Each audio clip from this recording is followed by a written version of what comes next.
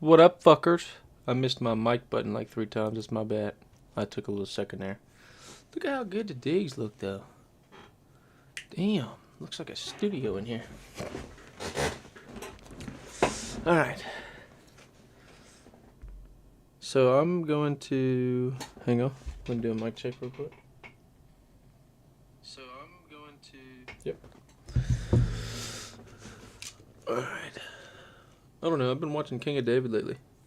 I've been really feeling some, like, stories of human triumph. Odds against them.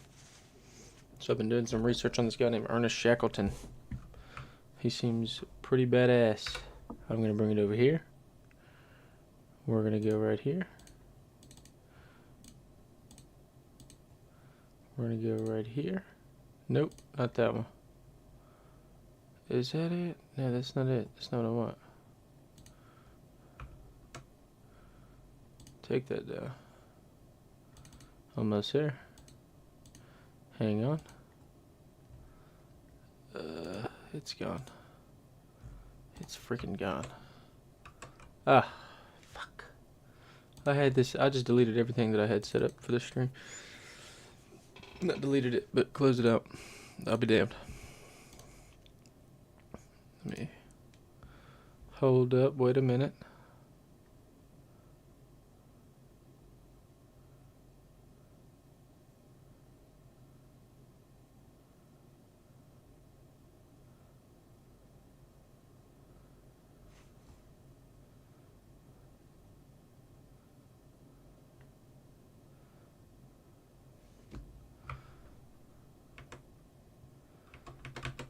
I go here.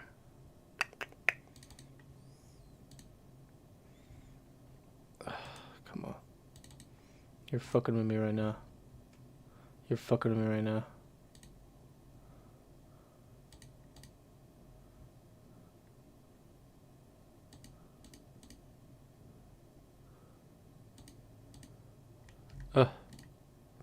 Nope. That's not it. There we go. Bam. Hell yeah. Okay, I saw this. Hang on. We're going to check this shit out. Samson. Official gameplay. By GM. And neither did what I owed. I never picked the smart job. I picked... As far back as I could remember, I worked for other people.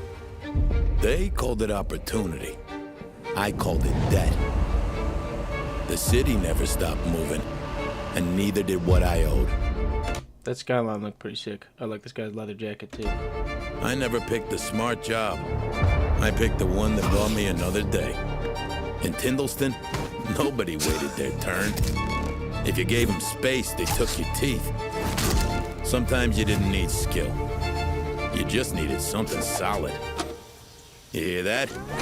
Yeah. That's the sound a face makes when it meets regret. Pain built up. Adrenaline took over. I didn't fight to win. I fought to finish. Cars had weight. Every hit mattered. The more work I did, the louder the city got. Miss a payment, and they reminded you.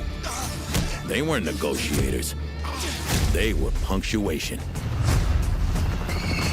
Alright, so I think I read about this. This is like a GTA. I think like Sleeping Dogs. Like GTA, but with no guns, just fighting. When the day ran out, so did your luck. Sleep didn't fix a thing. It just reset the clock. It was all connected. Time, debt, violence, and speed. People talk about freedom like it's a feeling.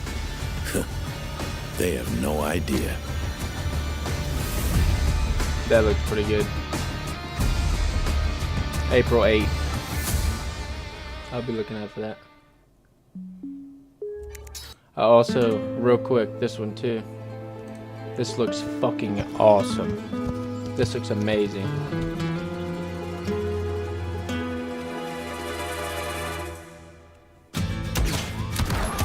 Damn! Do you know how cool it would have been to be him? He shot him in the head and put him up, fan the hammer 4 times.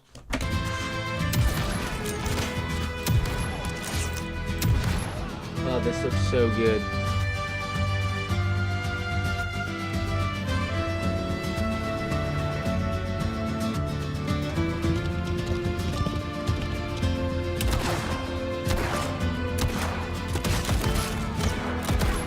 The gunplay kind of reminds me of Hunt Showdown.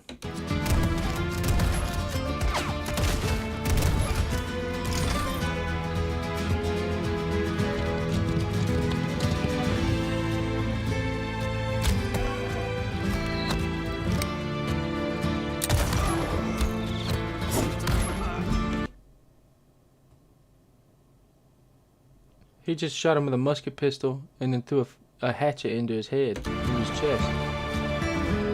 That was PvP, I believe.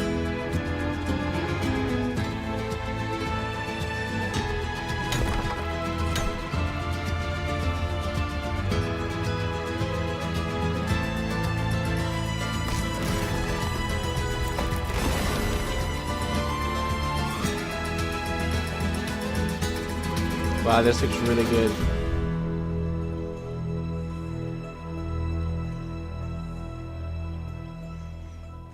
I really, let's go on, let's get my gears going. That looks really good.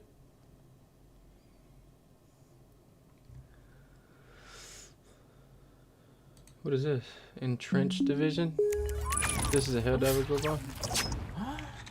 Alright, I'm gonna do this. I'm gonna do the Street Fighter teaser trailer just because that looks crazy.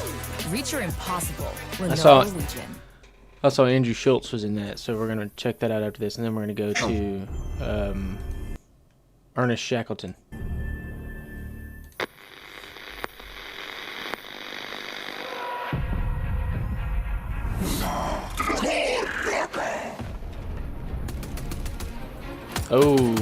Oh, trench warfare.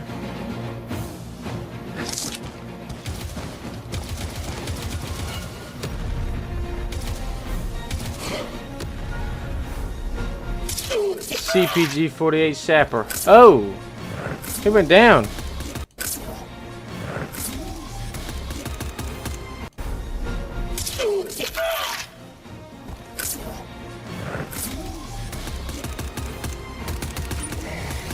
SMG Flam Stoker. An SMG with a flamethrower on the bottom of it.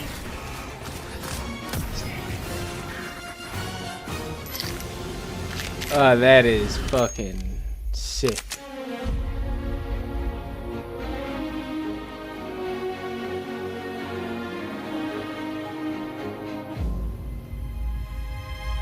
Diplomatic handshake.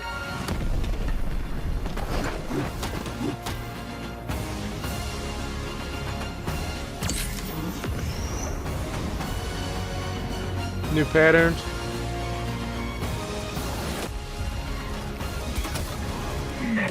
A gas mortar.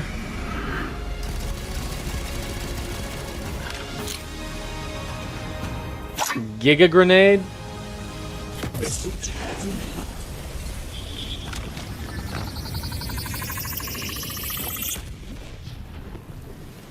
Damn. Damn.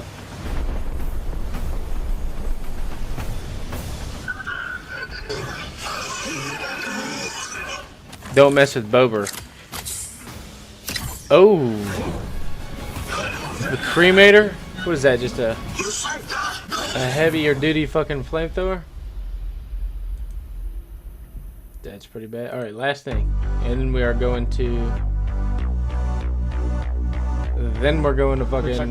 We wanted to officially invite you. Do you accept the fight? Yeah. One of us. I was a Mortal Kombat guy. To honor the Never Street Fighter character guy. and to bring them to the life in the best way they've ever been brought. Ever. 制作している、監督はじめみんなそのストリートファイター大好きで、自分たちと同じようなファンでいてくれてるっていう子がすごく安心材料の一個で。We're all big Street Fighter fans. I played it on my Is that PS4, 50 my Cent? PS5. I was obsessed with Street Yeah, I Fighter. I just saw hit the this. button so fast and then That's see what crazy. happens. That is 50 Cent.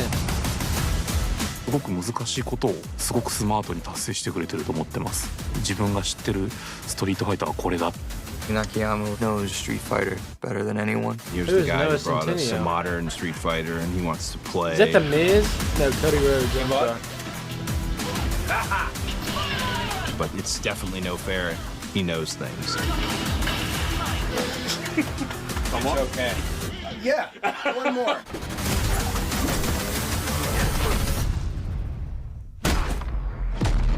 Okay, I'm not gonna lie. Andrew Schultz throws me off.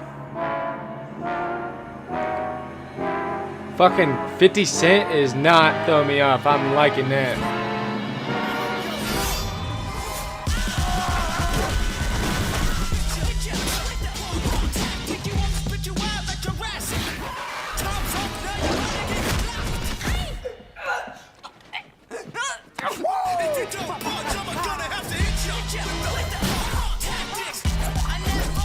Is that Eric Andre?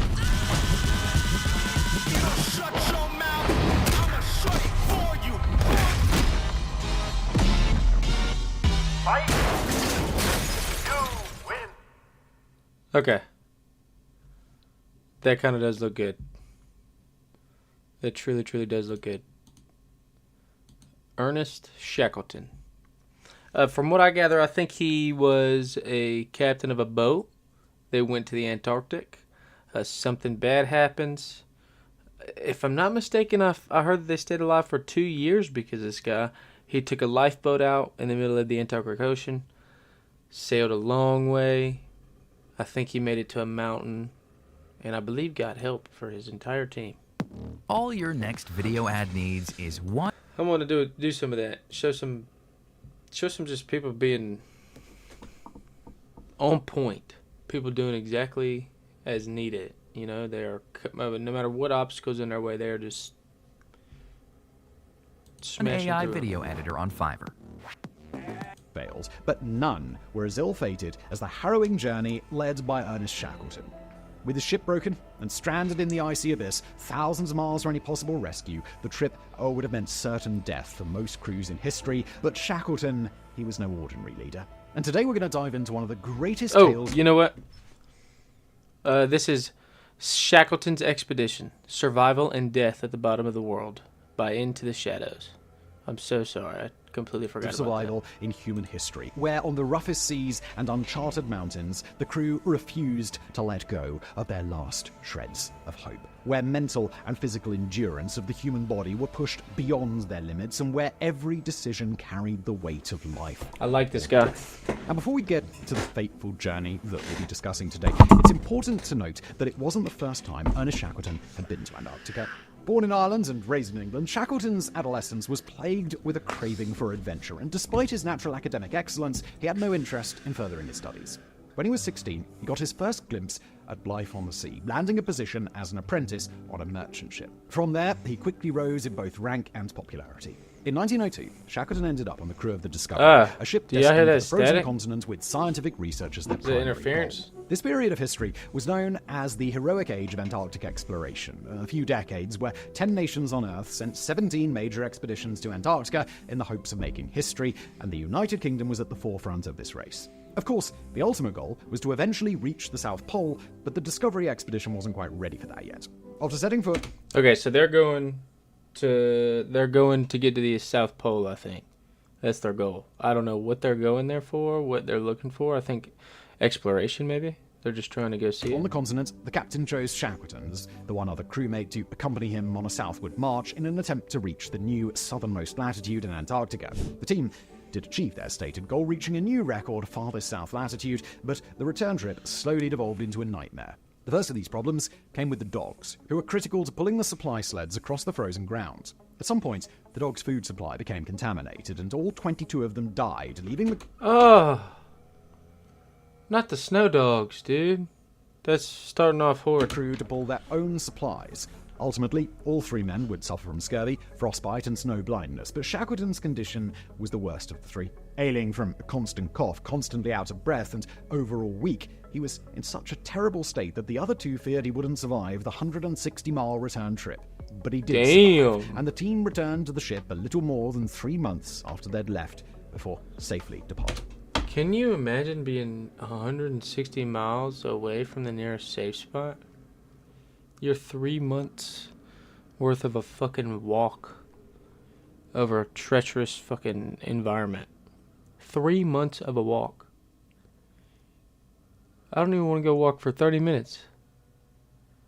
That is insane. This guy did it while he was sick. In January 1908, Shackleton set foot on Antarctica once again, this time as part of the Nimrod expedition.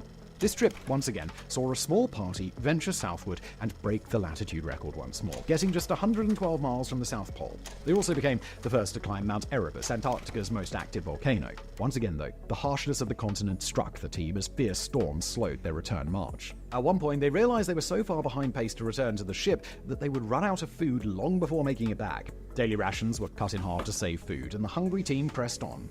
It was during this race against starvation that everyone got a glimpse into the kind of leader that Shackleton was, as at one point he gave his one daily biscuit to Frank Wild, who had fallen ill with dysentery. Frank later wrote in his diary, "All the money that was ever minted would not have bought that biscuit, and the remembrance of that sacrifice will never leave me."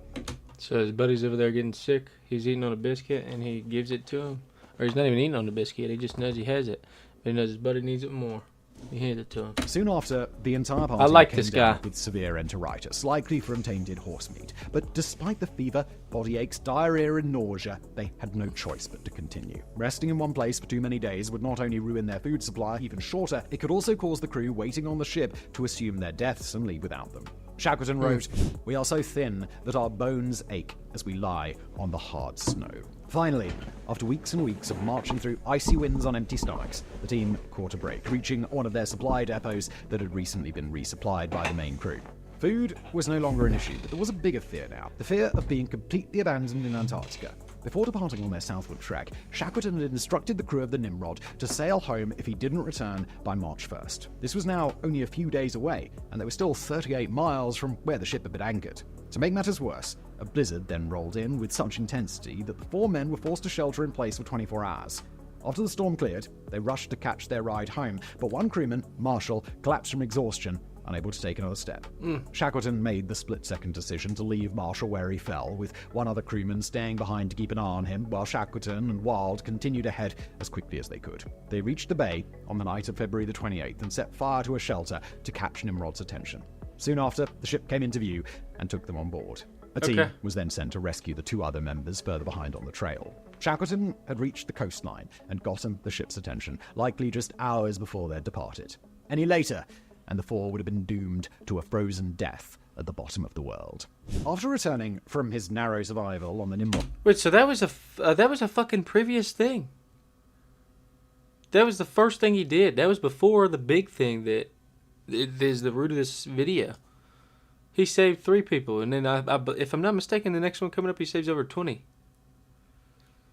What a pimp. expedition, Cool Shackleton fucking was guy. hailed as a hero in the United Kingdom and was even knighted. However, his achievement was soon overshadowed when in 1911 Norwegian explorer Roald Amundsen became the first to reach the elusive South Pole. The ultimate goal had been reached first by someone else, leaving Shackleton to chase a new goal. His dream was to now not only reach the South Pole, but to continue past it and become the first to cross the entirety of Antarctica from coast to coast. For months, he spent his time fundraising and contact. He looks like Mr. House.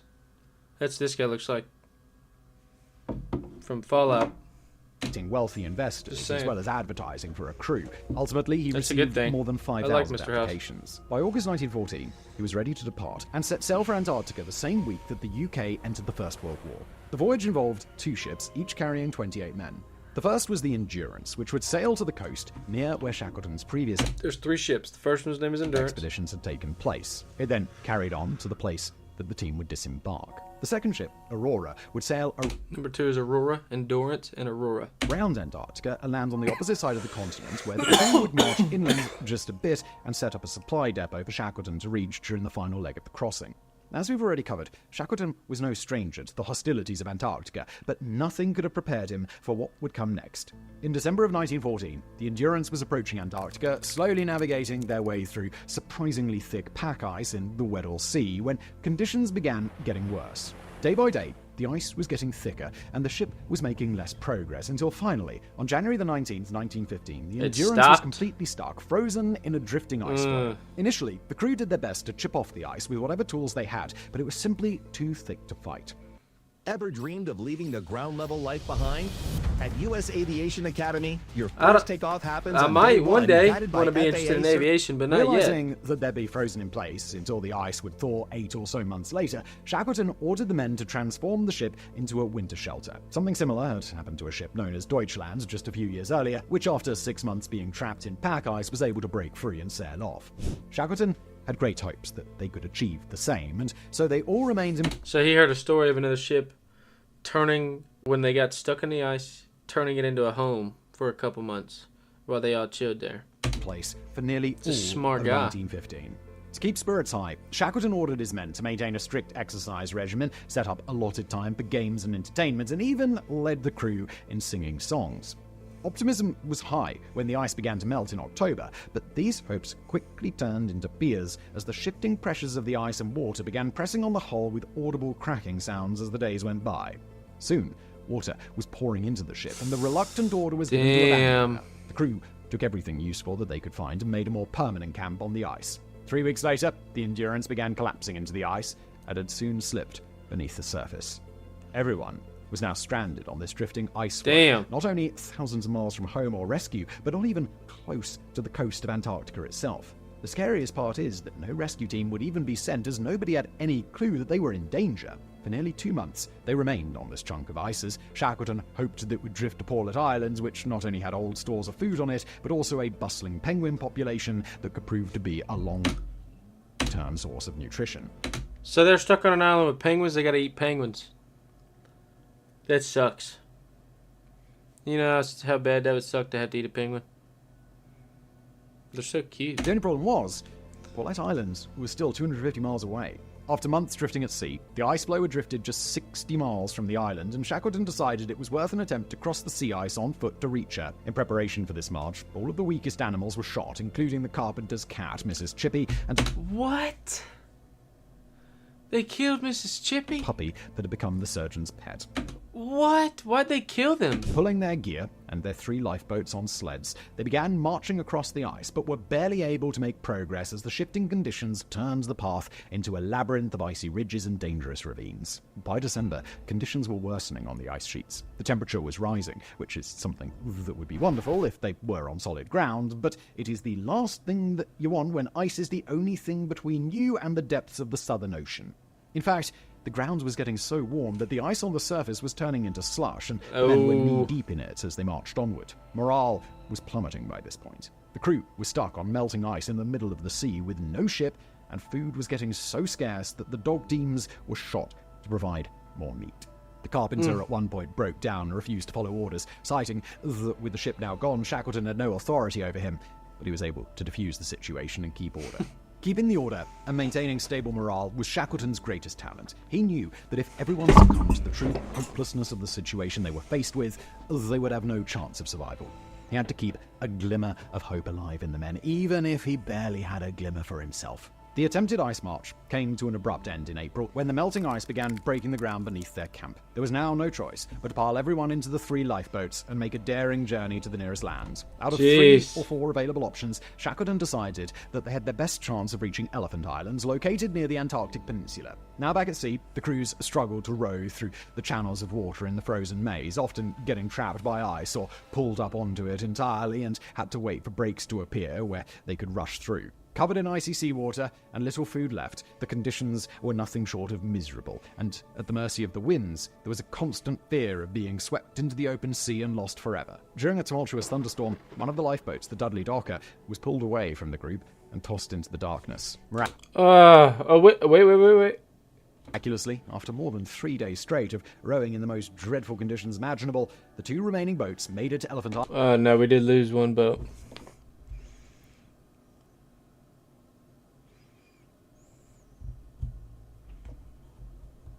We lost one. I think he said Dudley. Island. And as their shivering crews disembarked, still mourning the loss of their friends at sea, someone called attention to the horizon where the 3rd lifeboat was spotted, making its way to the shore. All 3 lifeboats made it to Elephant Islands with their crews still intact, an almost unbelievable achievement. However, there still wasn't much joy to be found about standing on solid ground for the first time in a year and a half. Elephant Island is little more than a glorified iceberg, a mountainous chunk of land almost completely covered in permafrost with absolutely zero native plant life and only occasionally visited by a few animals in certain seasons. The men also made a new permanent... So they're stuck in the middle of an island that's covered in snow in the middle of the ocean with very little food. Occasionally they'll see penguins that they have to then murder. Not murder, kill, to eat and sustain themselves. That sounds awful. Sounds terrible. That sounds like suffering. That sounds like you need some endurance. So, this Ernest Shackleton guy, more power to him. That is some crazy ass shit right there. That is cool as fuck. Camp on a gravelly beach at the north face of the island. But as we said, Elephant Island is no place to call home, especially since there weren't even any nearby shipping or whaling routes to hope for an accidental discovery. With only a few weeks' worth of supplies left, Shackleton knew that they would have to find help if there was any chance of rescue, and so he put together a plan for one of the most dangerous and daring journeys ever attempted in all history. The nearest help was a port in the Falkland Islands, but the winds were blowing the wrong way to attempt a trip with only a lifeboat. And so it was decided that the most realistic help could be found in whaling stations on the island of South Georgia to the northeast, a jaw-dropping 800 miles away from Elephant Island. The carpenter, who had previously clashed with Shackleton, got to work on one of the lifeboats, called the James Caird, doing his best to make James Caird. The James Caird. There's a replica. Seal blood and lamp oil was used to coat and waterproof his works with makeshift wood and canvas that had been pulled off endurance, and a new two-sailed mast was added using parts taken from another lifeboat. 5 men were selected to accompany Shackleton on the seemingly impossible voyage, including his most skilled navigator, Worsley, and surprisingly, the carpenter McNish, who volunteered as he would be indispensable in maintaining the ship's integrity on such rough seas. Okay. Shackleton's choice for the crew was a bit peculiar, as it seemed he had selected a few of the more rebellious members. In hindsight, it's believed that this was a deliberate strategic move to keep potential troublemakers under his own personal watch, instead of leaving them on the island unsupervised, where they could have easily stirred up discontent. As the lifeboat departed, Shackleton placed Frank Wild in charge of the camp on Elephant Island, the same man he had given his biscuit to during their race against starvation several years prior. This was a man whose loyalty he knew he could count on. By midnight, the James Caird had gotten clear of Elephant Island and the surrounding ice, and now the real challenge had begun. Ahead of them. So he went off on a trip with a boat maker, a carpenter who made a boat for him, but who also combated his leadership. Let me get to this ad.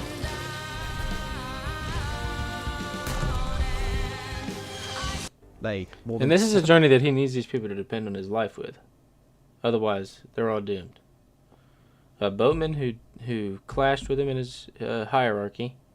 He's going with a guy who was dying of dysentery and needed some sustenance, so he gave him his only biscuit. He knows that that guy's going to have his back. And there's one more. Let me think. Who's the other guy? Oh, and a great navigator, Frank Worsley, I think. Worldly?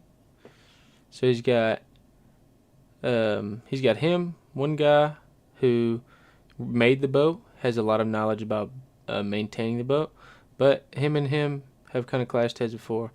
This guy he gave a biscuit to, saved his life. He knows that that's solid, and this guy can navigate very well. I think that this guy and him are pretty solid, probably, maybe. But he said a couple of the troublemakers, so maybe this guy wasn't really a troublemaker. 100 miles I don't know. Open ocean, the water just above freezing, the high winds piercing them to their core, and the waves some of the roughest in the world, especially once they reached the dreaded Drake Passage. If they were somehow able to survive the waves, success of the trip would entirely depend on Worsley's navigation, despite him being armed with only a sextant and a map. If his calculations had been off by just a degree, they would be so far off course that they would never even catch a glimpse of South Georgia Island, and the next nearest land after that would be South Africa, far too distant for the crew to even survive the journey, let alone return to save their comrades on Elephant Island. The entire trip was a desperate shot Absolute in the dark. and utter precision. This was their only choice.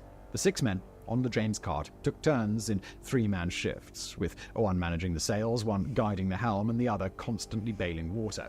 Worsley's calculations, based on brief glimpses of the sun over the horizon, and in his own words, a merry jest of guesswork, showed after a few days that they were 128 miles north of Elephant Island, and their course was then shifted eastward to head directly towards South Georgia. During the second leg of the journey, the weather struck hard.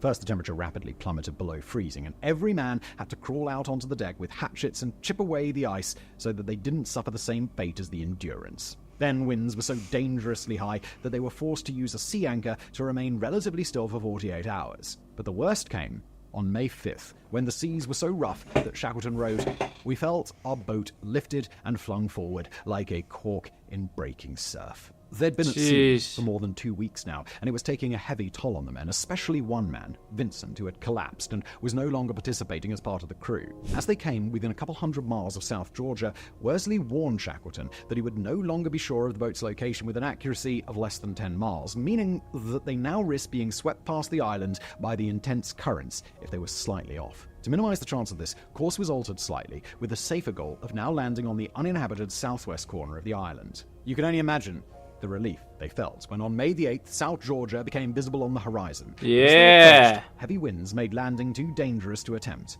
For more They than a made day, that shit. the crew was forced to float idly by as they waited for the weather to calm down, hoping and praying that they wouldn't capsize after making it so far. Later they'd learn that this very storm sank a 500-ton steamer that had just departed from Buenos Aires. During a brief lull in the maelstrom, a rough landing was made on a cold, seaweed-covered beach. The boat was flipped over as a makeshift shelter, and a tiny camp was set up. Against all odds, they had reached South Georgia. But now they faced a new problem, as the lifeboat was far too damaged to take back into the water, and the men were on the wrong side of the island. South Georgia is fairly a large island, and it would have taken far too long to walk along the coast, so Shackleton now had no choice but to hike across the mountains and glaciers in a direct 17-mile crossing, a route completely uncharted as it had never been previously attempted. Shackleton and 2 men set out on the adventure, armed with a bit of... So he fucking... I mean, jeez Louise, dude. He had to make a quick call. They had to go to the other end of the island. So then he decides to walk on the mountain ridges, which has never been done by anybody before, because it'll be a lot quicker. Dude, what's this guy eating in the morning? I want to eat it. That's cool, dude. That's super fucking cool. Rope, a carpenter's tool known as an adzer, and screws that they'd shoved into the soles of their boots for added grip on the ice. They then hiked over snowfields, glaciers, mountains, all of which had never been touched before by human hands. After nearly reaching the summit of one of the peaks, they then slid down an icy slope, descending 900 feet in just a few minutes.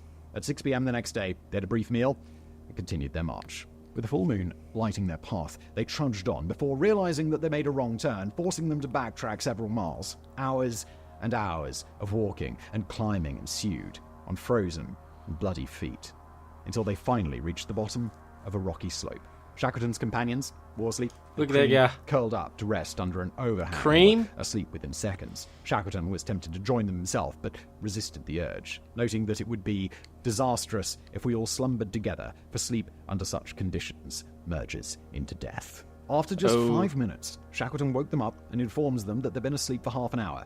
Rejuvenated by the clever deception, they resumed their journey, their bodies so stiff from the brief rest that they could barely bend their knees for the next 10 minutes. After climbing the next ridge, Shackleton heard the faint sound of a whistle, which he assumed to be the signal to get the whalers out of bed. He rushed to the other 2 and told them to quietly wait until exactly 7 a.m., which is when the second whistle would be blown to call the whalers to work. Right on the dot, a faint whistle was heard. No sweeter sound could be imagined, because rescue was within reach. But the final leg of the journey wouldn't be a walk in the park. As they marched across a plateau, Shackleton noticed that his feet were suddenly wet and realized that he was sinking through the snow into the water below. As it turned out, they were standing on a frozen lake. The men stretched themselves out, spread-eagled, to distribute their weight, where they stayed still for a moment to come up with a plan, and that was to get up and rush to a ledge that indicated the shore of the lake. They escaped the lake without becoming submerged entirely, but now they had no choice but to get wet. As they reached the edge of the rocky peaks, They could now see the whaling stations down below, a ship in the harbor, and even the tiny silhouettes of workers moving about. However, the only way down the steep hillside seemed to be in a stream that flowed down from the mountains to the sea. Into the water they went, waist deep, as they half walked, half fell, until they reached a waterfall. After tossing their few items down to the ground below, they used their rope to lower Crean past the waterfall, where he went completely underwater before emerging and swimming to the shore. Then went Shackleton, and finally Worsley, who went last due to being the lightest. All that remained was a 1.5-mile walk to the whaling station. Upon arrival, the manager came out to see who the 3 men were, hunched over, beards overgrown, and barely able to speak. He initially seemed doubtful of their story of shipwreck and crossing the island until his eyes finally widened in shock when one of the men put out his hand and introduced himself as Shackleton.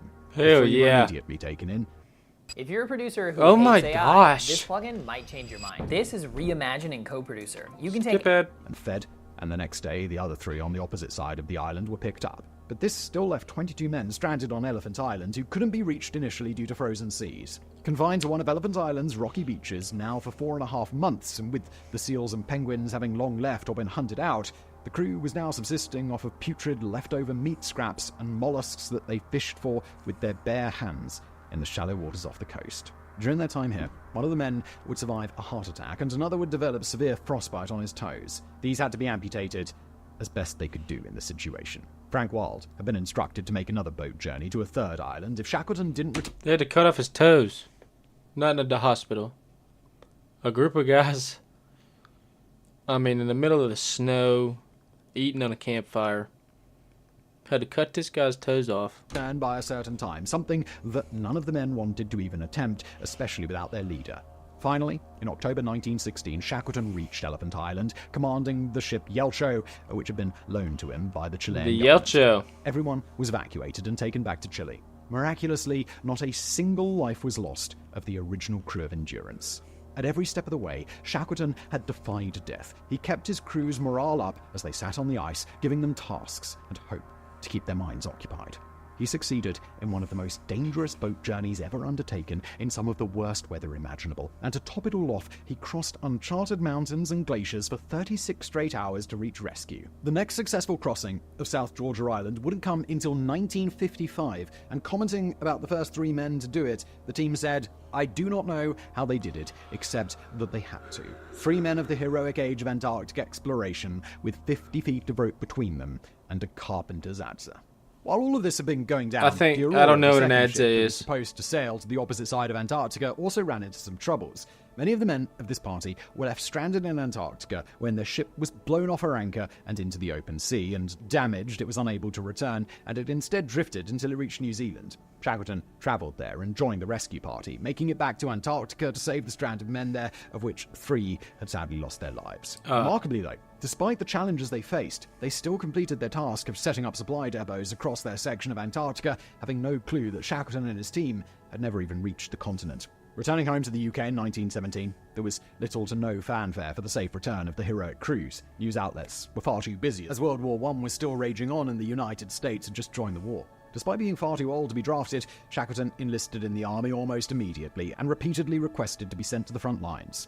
He ended up being sent on attempted diplomatic missions to South America to secure alliances, of which he was unsuccessful. So he had a dance with death, and he decided to go into the military after he survived it and saved his own team. 1920, his heart once again yearned for adventure, and he gathered money for another Antarctic expedition, this time hoping to circumnavigate the continent and explore lesser-known islands. After he'd secured financing for the trip, he was joined by many former crew members from the Endurance, despite many of them never receiving their full pay for the previous trip. However, this last expedition would never even begin. When the party arrived in Rio de Janeiro to gather supplies, Shackleton suffered what was suspected to be a heart attack. Years of heavy drinking were catching up with him, and a short while later, on January the 5th, 1922, while anchored in harbour off the coast of South Georgia, he suffered a second heart attack, this one fatal. He was 47. Shackleton was buried on the island of South Georgia. Rest and in next to him, peace. the ashes of Frank Wild would later be placed. What a befitting final resting badass. place for a man with an unparalleled obsession with exploring the most remote and unforgiving parts of our planet. Ernest Shackleton. That's a cool fucking name, too, dude. Damn. I like him.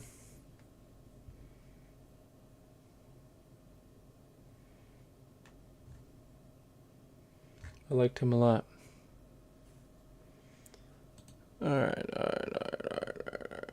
What are we gonna do now? Let me change the name. I'm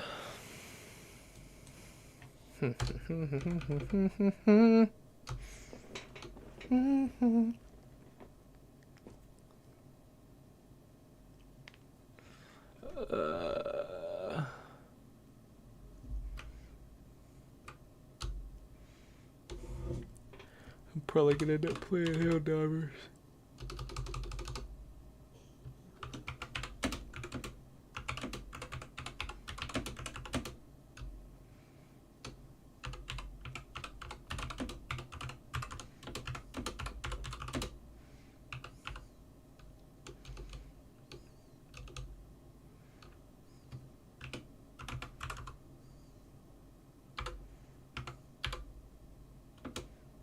I think that's how you do that. Ah, I pressed the wrong button. Ah, hey, it's me. That's actually better.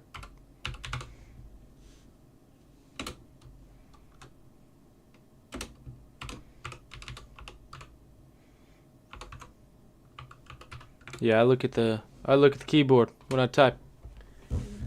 I did have keyboard class when I was a kid, but only in like kindergarten. It's been a while. Even though, yes, I do use this thing a lot. I'm working on it. Alright, I'll get there.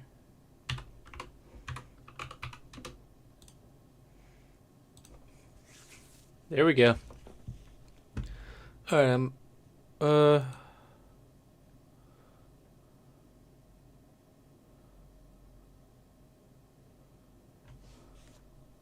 maybe I should do...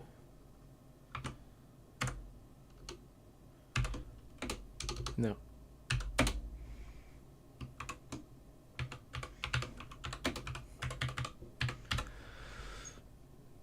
There we go. Made that shit happen, dude. Cool. Let me go here.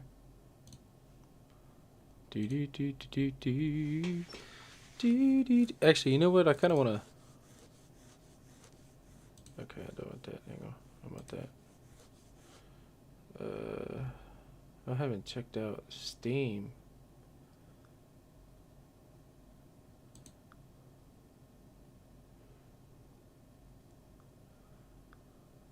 In a minute.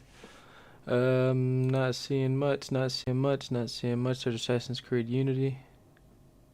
There's GTFO. That looked fun when it first came out.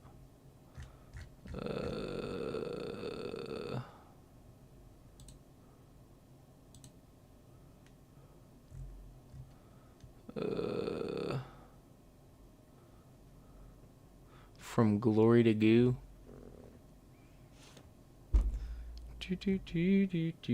There's Marathon. I was looking at Marathon too, dude. That shit does kind of look fun.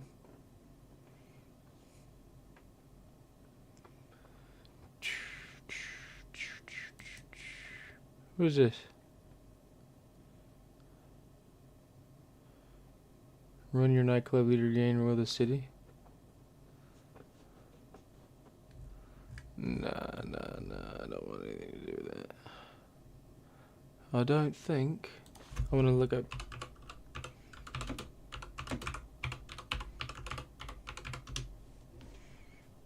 The Legend of California. Request access.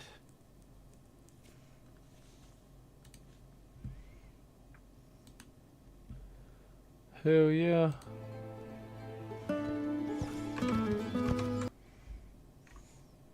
Hang on.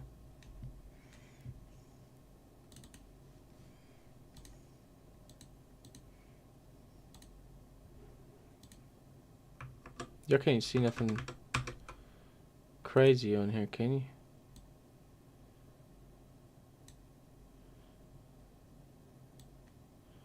Hang on. Say it right. Let me fix this.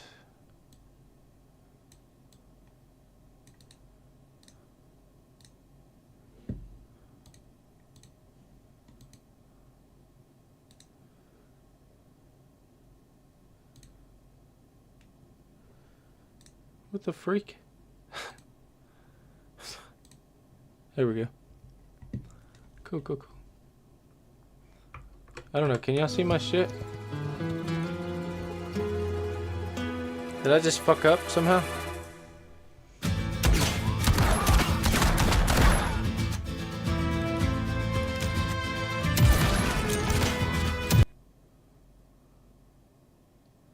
Dude, this shit just looks cool. Alright. I don't know if I'm doing anything bad by doing that. Probably should have thought of that before I did it. But hell yeah, that looks cool. What about Blight? I saw that was...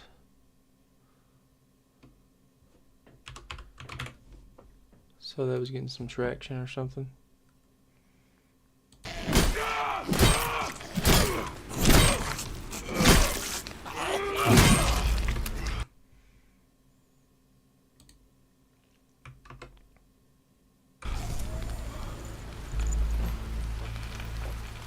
I should be able to see this.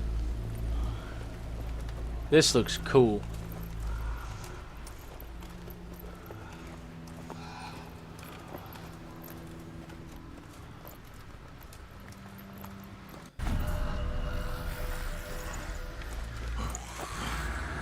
Oh shit. That was badass how he dodged his way in there. That looks like you could feel it. Like the flow would be fantastic. Damn, this looks good. And you can lead into a tackle.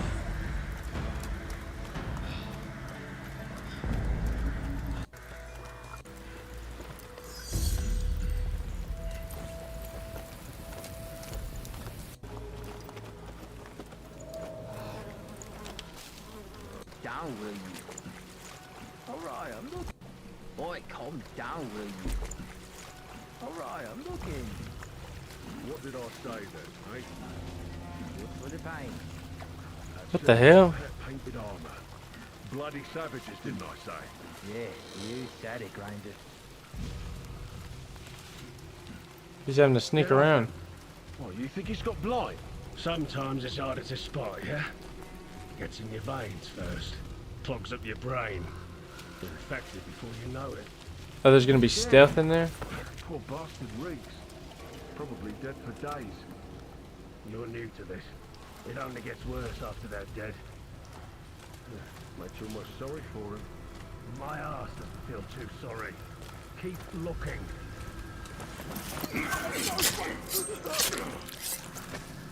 Why is he killing them now? Wouldn't he want to be their friend?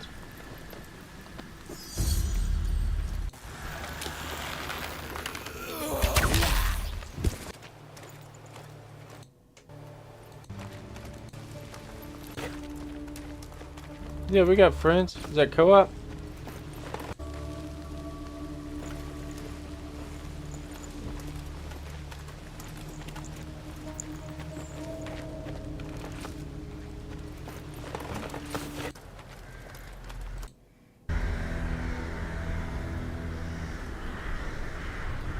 Is that co-op?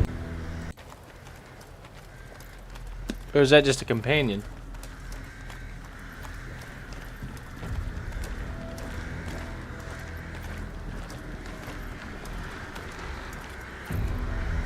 Oh, it is co-op. Yep. I'm getting me some of that. Alright, we'll be playing. Well, hang on, let me... No, that's not what I meant to press. Is that what I meant to press? That is what I meant to press.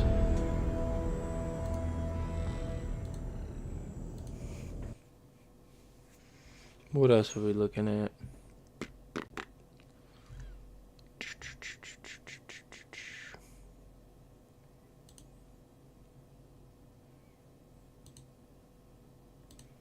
Drunken Wrestlers 2.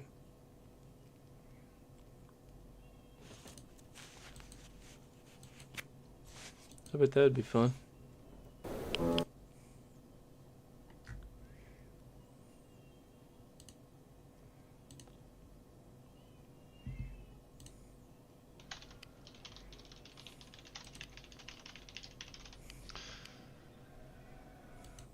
Yeah, this is a title fight, of course. So it is 20 minutes, because Hawk carries the belt with him in every match he plays. So despite the fact that Shusky didn't classically earn the title shot, he does get it through the process of the tournament bracket. That's true, yeah. Okay, Unfortunately, no gameplay looks fun. Aggressive right now that Shusky's at low health. Yeah. He wants to take him out before he gets KO'd. Oh, but it's too late, because he gets KO'd himself. You see Hawk's losing it a little bit right now. Hawk should not have been chasing Shusky so aggressively there, and as a result, he's just gotten his point disadvantage extended by another 300 or so points. Shusky Now he's at about 1,000. It's drunken wrestling too. I could see it. If I had people, that'd be fun. Yeah. You know what? I'm feeling a little bit of half sword.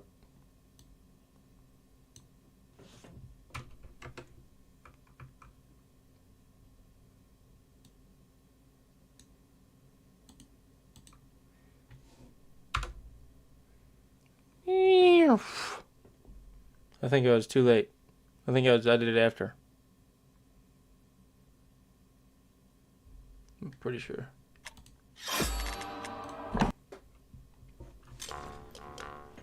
Ah, shit. Hang on. We're gonna get rid of this. Put that on. Put this on. We're gonna put this on. Just a couple quick rounds. Thank you. Fight. Filler champion. Stay inside the circle. Whoa, I don't got any. Oh, I got this axe. Ah. He got me. I got him. There we go. Champion my ass. Champion my ass.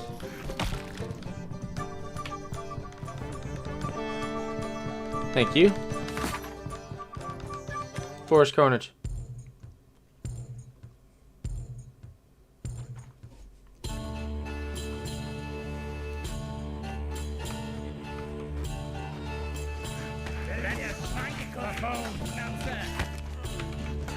Damn.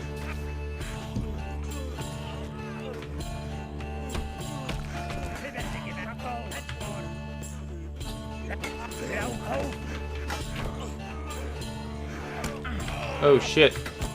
I got. Cut his inner thigh. He's gonna feel that.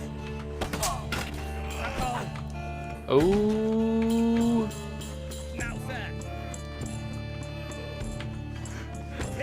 Oh.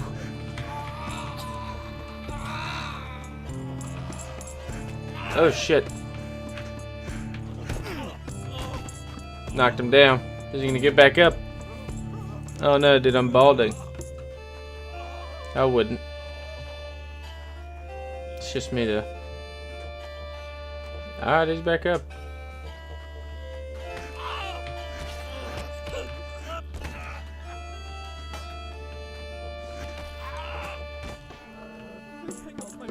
Done for. I took out like 3 of them that time. Maybe not, maybe 2. Forrest Buhert.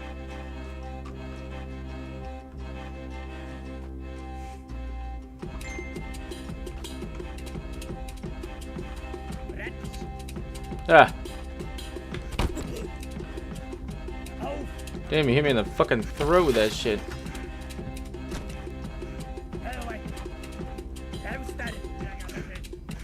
Oh. Yeah. Fucker. Ah.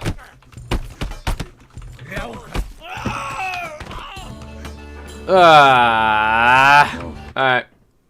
Now I'm gonna stay true to the title. He died. Here we go, here we go, here we go.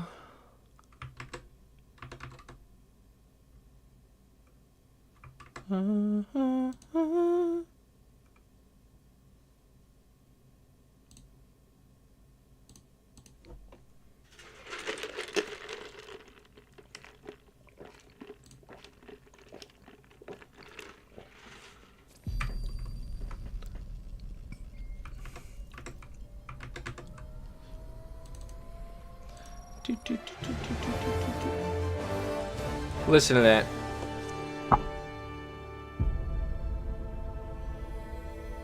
Super Earth, our home. Super Earth, our home. Don't worry, I got a PlayStation account too. I don't think I put much effort in the major order on this one, but Your fellow Helldivers rage against the enemy's tyranny. Join them. incoming message from Super Earth. Lay it on me. Cyborg expansionism has run amok, laying bare the imperialist ambitions of the enemy. The cyborgs, aided by their army of automaton slaves, had plotted in secret to overthrow the managed... I took a sip of soda, my bad. Have plotted in secret to overthrow managed democracy and dominate the galaxy under the mechanical boot. The industrial hellscape of Cyberstan is merely a blueprint for the rest of the galaxy. If not stopped, every planet will be stripped of its natural resources, made barren in single-minded pursuit of mechano-socialist tyranny. The cyborgs are raising mega-factories across their stolen planets. The cyborgs proliferate mega-factories for one purpose, the proliferation of the cyborgs themselves. Inside mega-factories lie cyborg production units, biofurnaces, which grow new cyborg orgo frames, which are then cybernetically enhanced with murderous weaponry. The exponential rise of the cyborgs must be stopped before it's too late. Liberate Chopesif IV and Charball VII. Kill 113, I think that's million, agitators and 70 million radicals to cull the growth of the animatronic threat. So kill them, is what I'm hearing. Alright, we almost got Chopessa. Desire this planet for find some ongoing soulless missions. machinations. Go down and show them the light of liberty. We got any wonders? Here we go. There we go. Allied destroyer coordinates received. Mission coordinates Alright. locked. Just a droid. Hellpods primed. Hell yeah. Engaging orbital Alright, thrusters. alright. I'm gonna go with tank. I'm gonna go with... I need something that'll help the team. I want to do the fucking hammer. I want to do it bad. But I need something that'll help the team. I'm gonna do tank, laser, of course, and I'm gonna do recoilless rifle.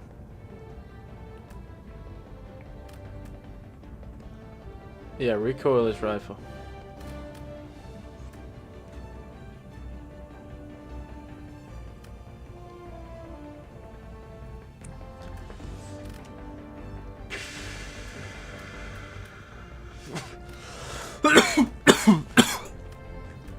Helldivers to Hellpods. And then I'm also gonna bring Helldivers to Hellpods. 380.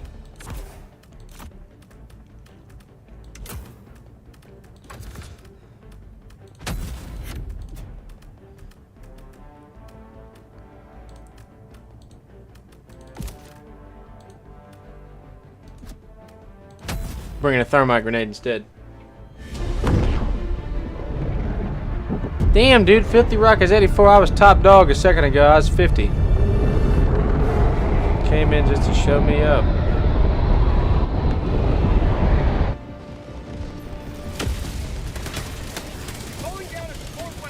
Show no mercy. Let the blood of tyrants fill these streets.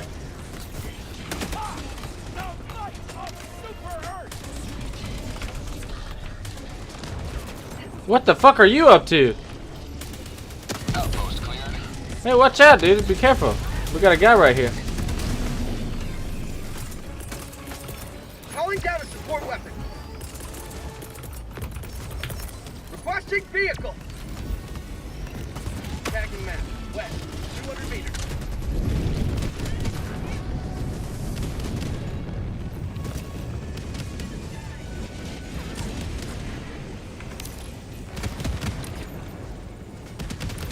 Hey, wait, I got a tank.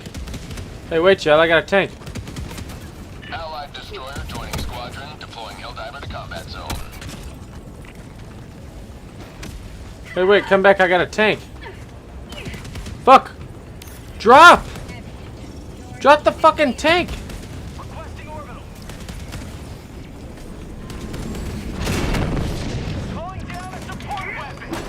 Jesus.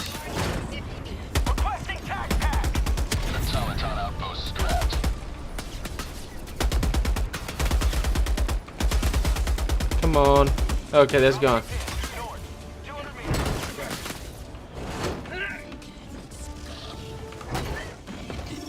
Get in.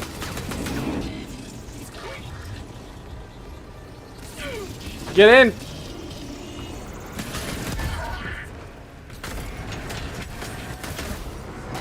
Flatten them. Oh, fuck. Shoot this prick or something. Alright, he's gone. Alright, so we need to go this way. We need something with a tank.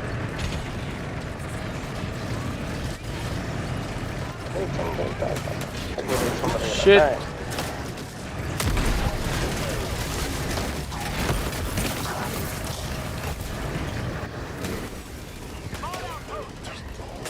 Get in the back of it. I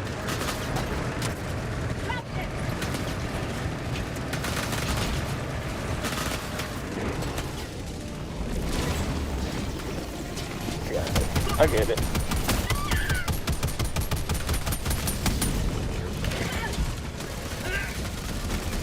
Son of a fucking bitch.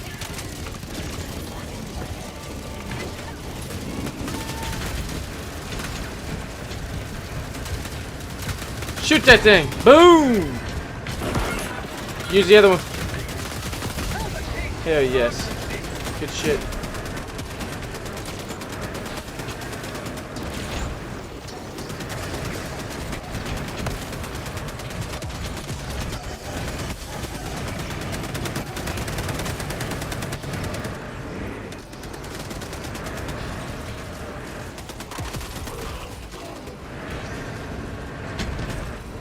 Alright. Alright. We've done pretty good so far. I don't know what he's doing. He's moaning or some shit.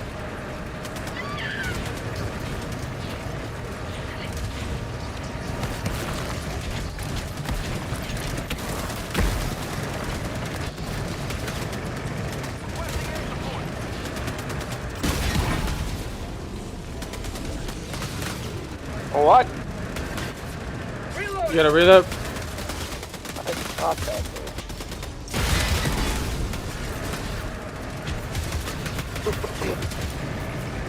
Shit.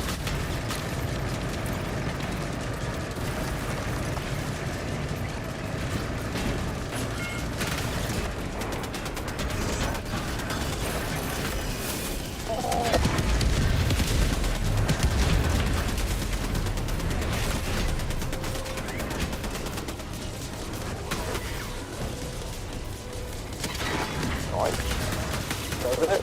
I don't know if it does. You go away. It does.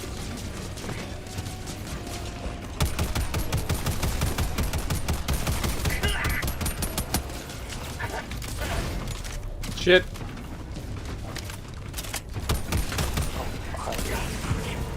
Yeah.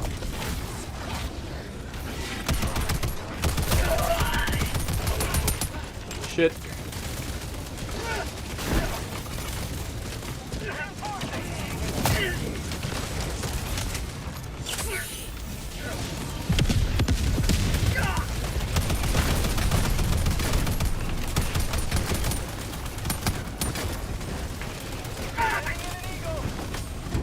Alright.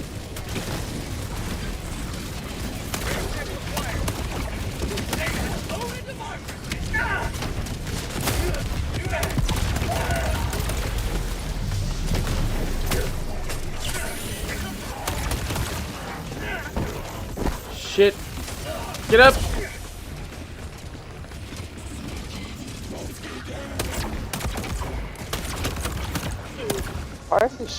Why is this terrain so fucked?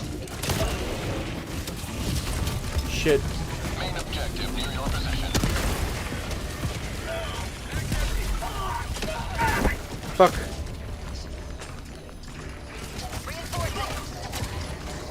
Bad seed. Bad seed. Shit.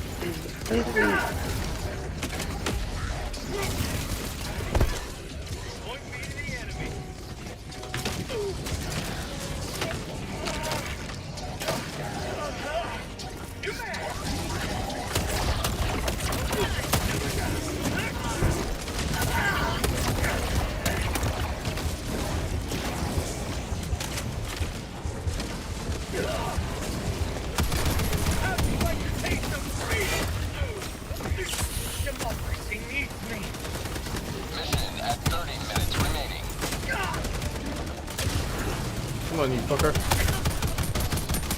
Mag's empty.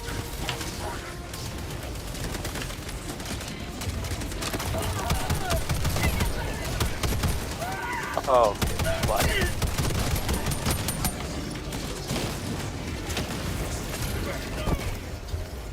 Oh. I've had. Shit. Thank you. Automaton outpost destroyed.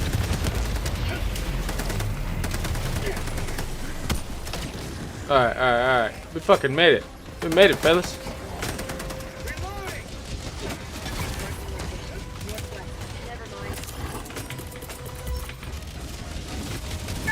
Requesting orbital.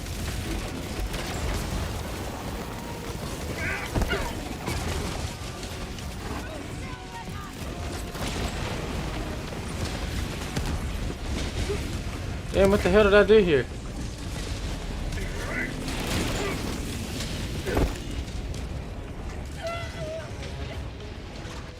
You gotta jump.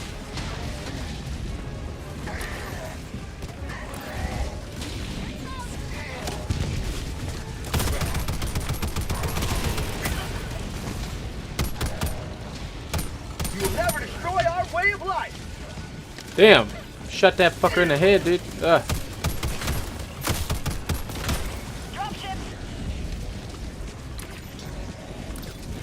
This way.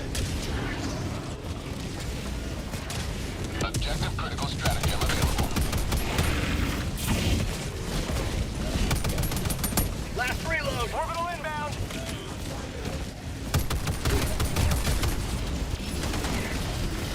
Making progress. Shit. Damn. Damn, man, my fucking thermite grenade didn't even land on that big thing.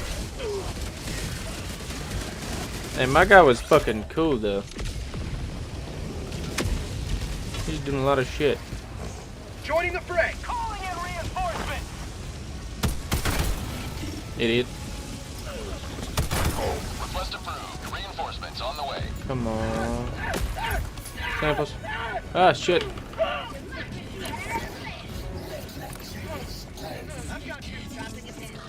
Okay.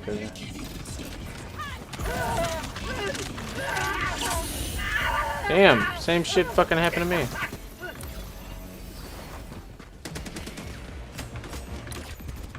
Alright. We got everything we fucking need.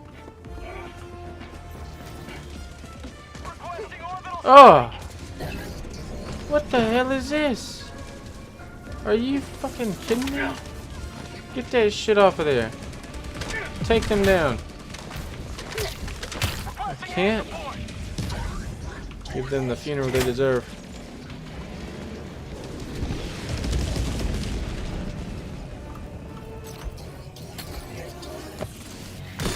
Oh shit. Thought that was a cyborg. Poor guys. Oh.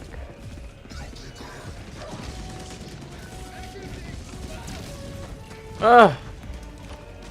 More of them. You fought the good fight, soldiers. Be free. Yeah. Shit.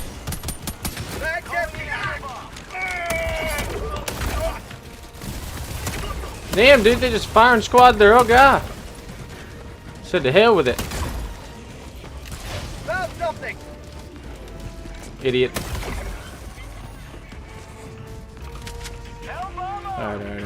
Alright. Good luck.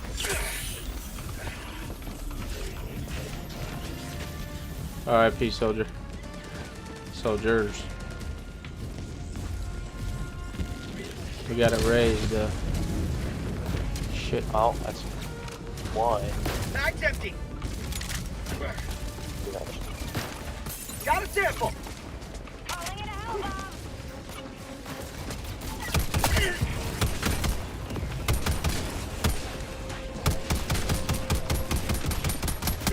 Mag's empty. Ooh.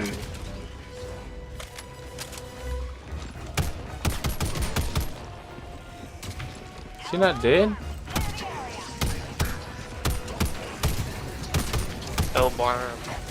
Hellbomb is armed? Get him. Mag's empty. Another triumph for managing the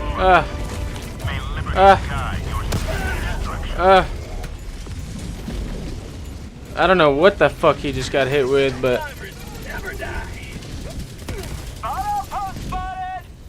at least it killed him. Maybe it was my recoilless rifle.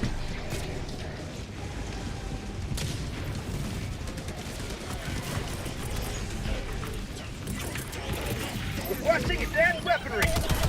No!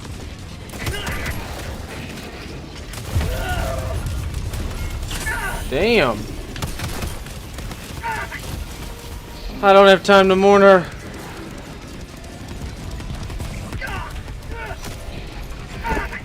Fuck. Come on. Come on. Come on. Come on. Gotta get the fuck out of here.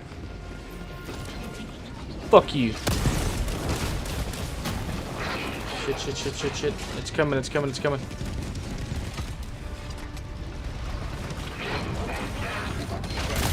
Shit! Fucker. That works. Fuck. Where do you want to be sent? Right here?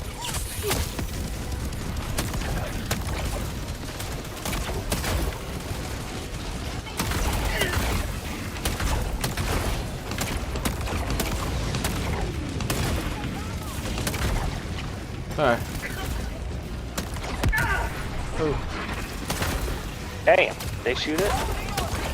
Oh. Hey. Ah! Took us all out. Fought hard though. Oh. Oh.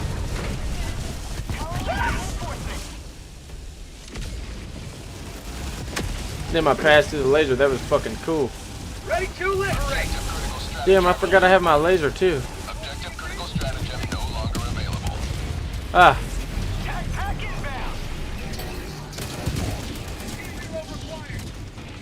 Calling in orbital strike. Calling in reinforcement. Orbital inbound. No! Request approved. Deploying reinforcements. Damn it!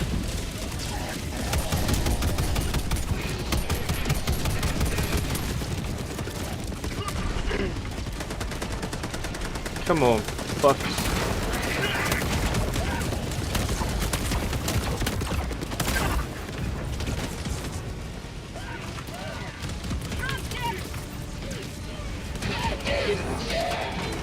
Piece of fucking shit.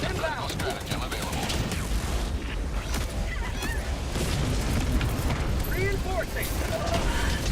Reinforcement budget running low. Ah.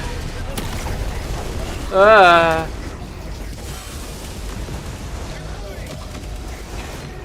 Recoilless rifle backpacks right here. I don't have that. Okay. Oh. Come on, laser. Ah. Oh. Fuck.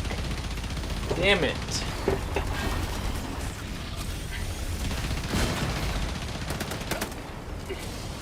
Joe Kikano. Come on, Joe. Come on. We only have 2 left. We gotta get this shit done. Point me to the enemy. Oh, we've got everything done. We just gotta extract. Okay, cool. Freedom never sleeps!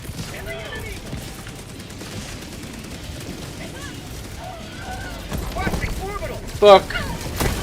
That's not what I meant to do.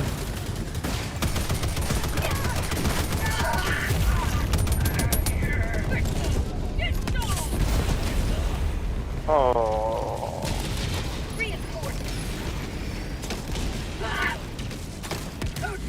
I mean, took my life. Cut the strings.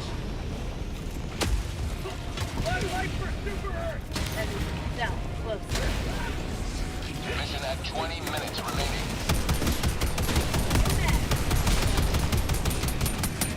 Come on.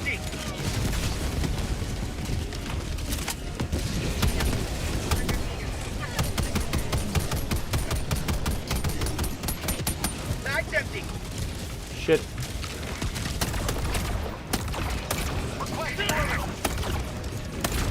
Damn.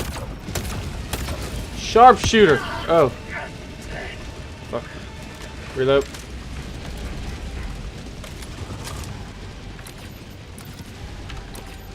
Okay, guess this don't work. Shit. Damn it. Oh, dude. I was shooting. Oh, okay.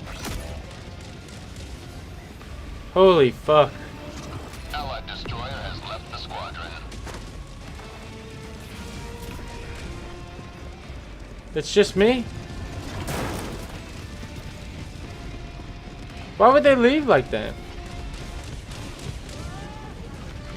Outpost cleared. Oh no. Me and Jay won. Extraction is available. Shit.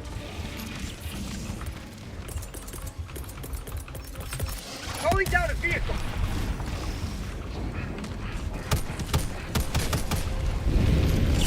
Fly, fly. Sport super. Shit. Shit, shit, shit. Shoot these fucking things or something. Come on, help me out here. Bag's empty.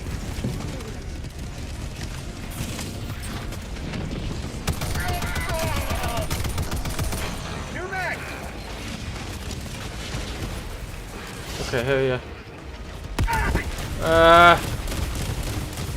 You son of a bitch. You son of a bitch.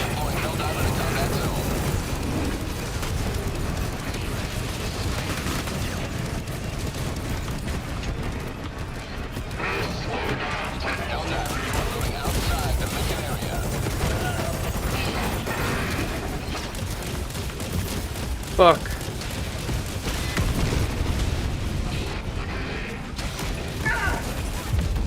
No. Alright. Destroyer has left the squadron. Shit. Helldiver, you are moving outside the mission area. Additional reinforcement funding approved. Okay.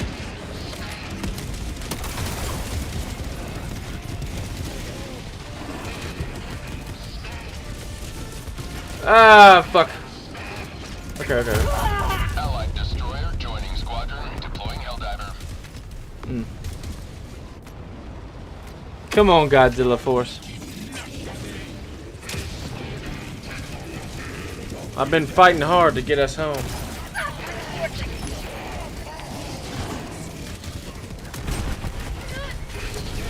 Request approved. Deploying reinforcements. Damn.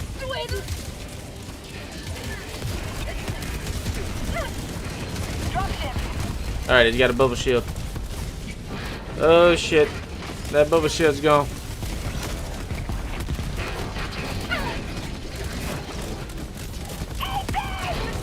Come on. No.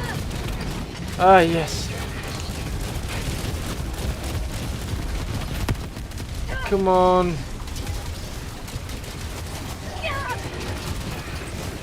Fuck yes. Dropping in. He's got him. Oh. Their bodies shall become one with the power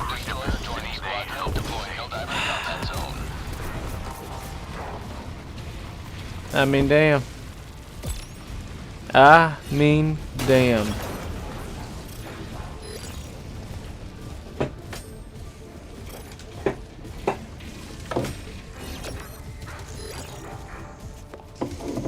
We finished. We got the mission done. We just all died.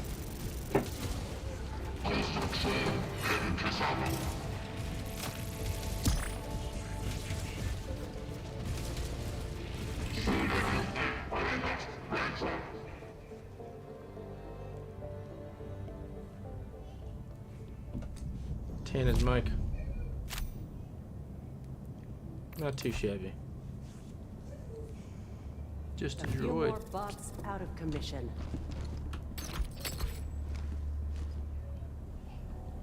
Helldiver, glad to have you on board. Thanks. Liberty's enemies march ever closer.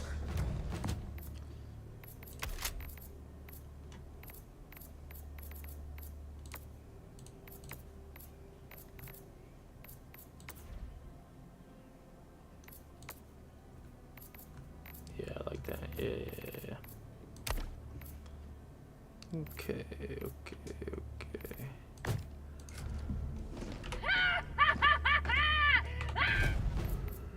154. Damn.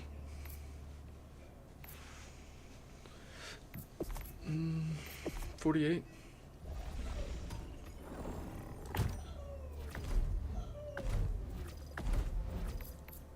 It's in the superstore. Okay. Alright. Alright, okay.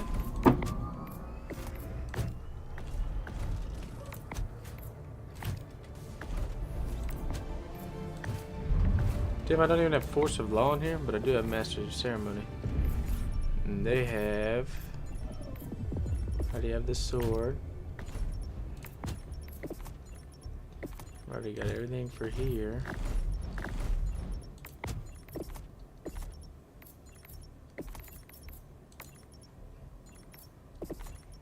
I didn't like the Blitzer.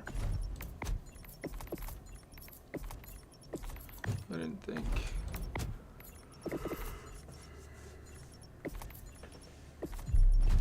Here we go. Here we go, here we go, here we go.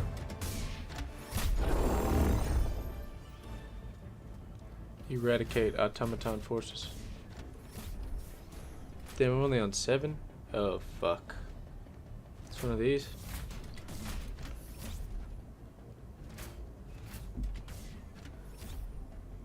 What are you doing here, man?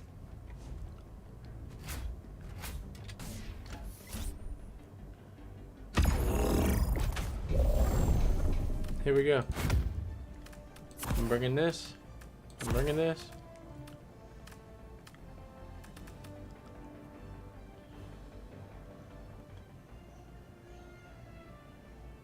I'm gonna bring this. And I'm gonna bring this.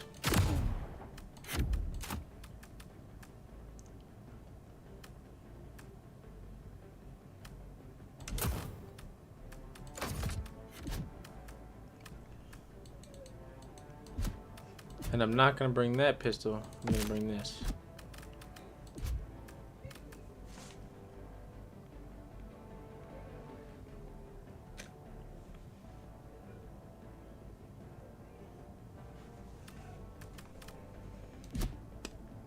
There we go. Ready for this shit.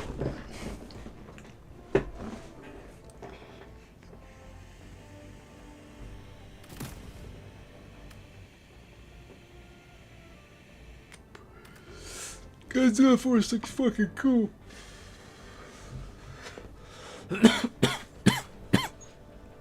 So does Camley.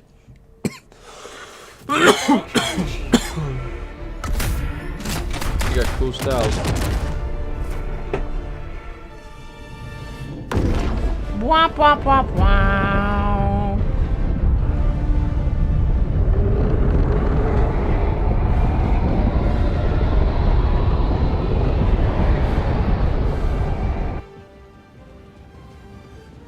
Get out of this guy's way.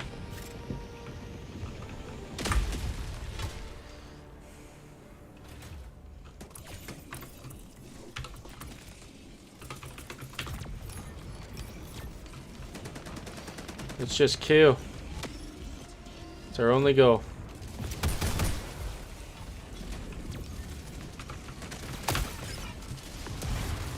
Shit.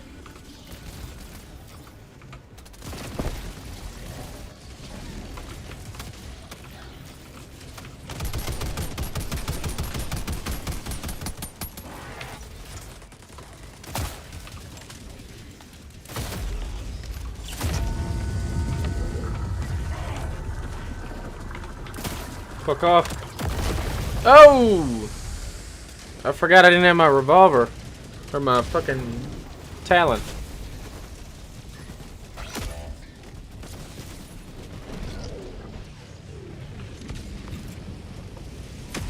Alright, alright, alright.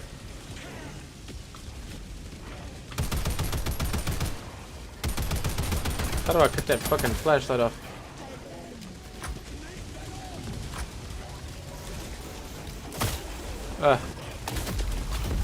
Fucking fuck!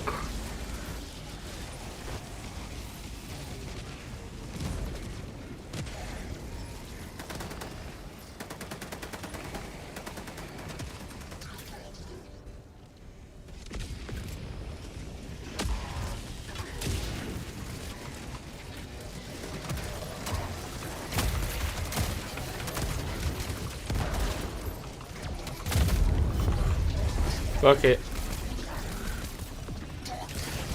A lot of y'all are about to fucking die.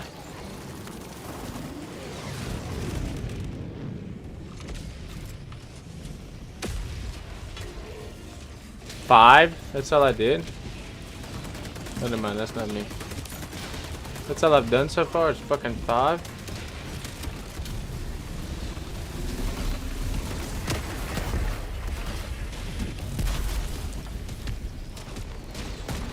Maybe it's because I run so close to the danger.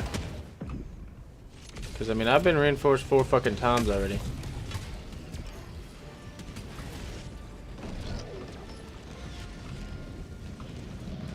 Hey there, bud. Hell yeah.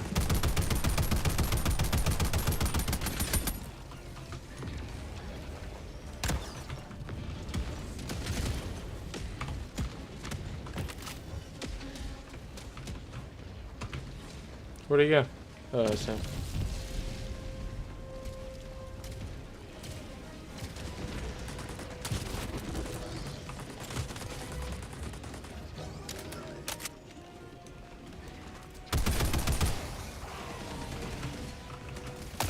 Ah, shit.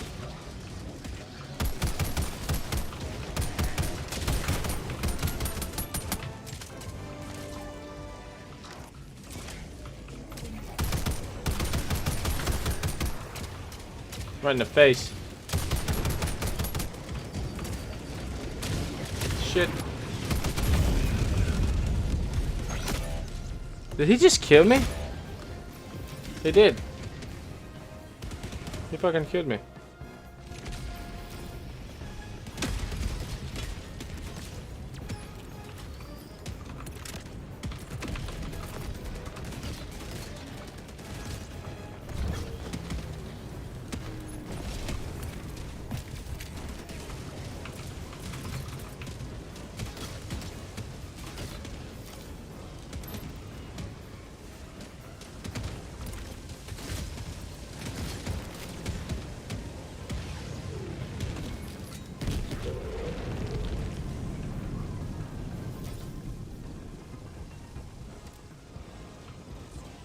Hell yeah.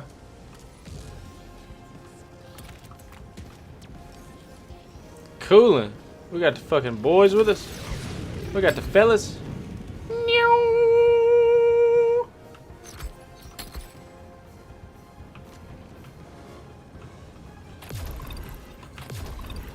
Hell yeah. Hell yeah. Save them. Save them. Fuck yeah. You're damn right. Where's this shit coming from?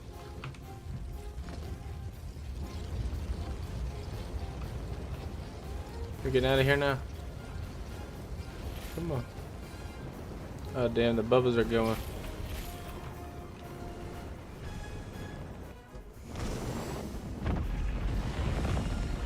Why don't I hear the comms? I don't hear my ship.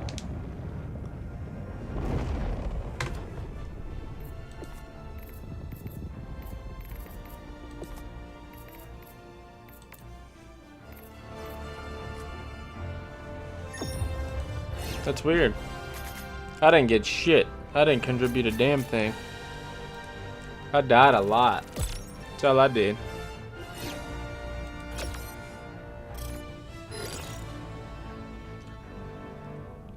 I died a lot.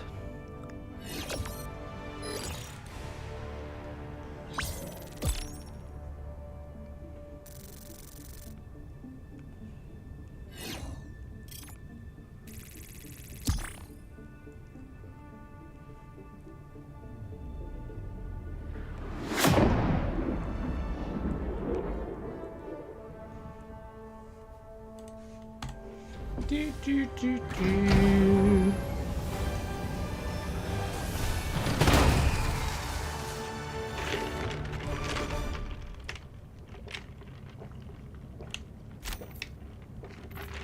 Keep it up, and pretty soon there won't be any bugs. Just I mean, that's all I got.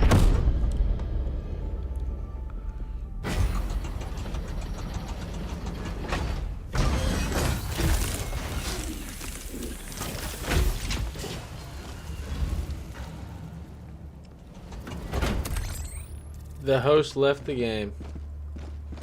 About dumb as hell, really. Back when I was a kid, the local loyalty officer would give us sweets for telling him what was going on with the adults around town. Things they were saying, where they were headed, that sort of stuff. Nice to look back and know you were helping keep everyone safe, even if you didn't know it. What the fuck? He was paying you to snitch for him. He was a CI. What do I want to add? That's it. That's it. That's it. Okay, yeah, I probably want to.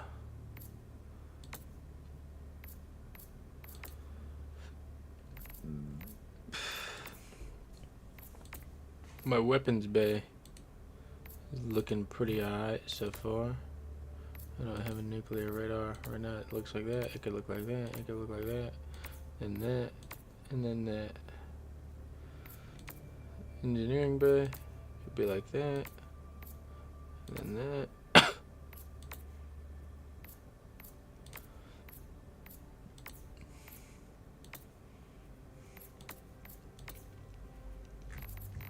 Yeah, I think I'm gonna go with here. Handcarts. Thank you. There we go. Democracy conquers all. Looking spiffy.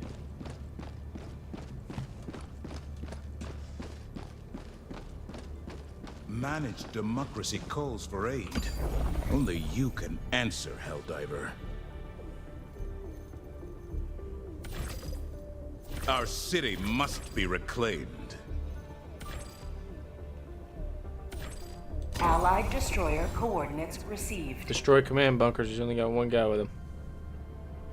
Let's see what's going on here.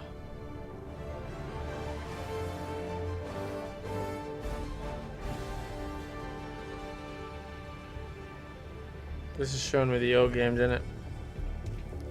I've got to look for new ones. I've got to look for some new ones.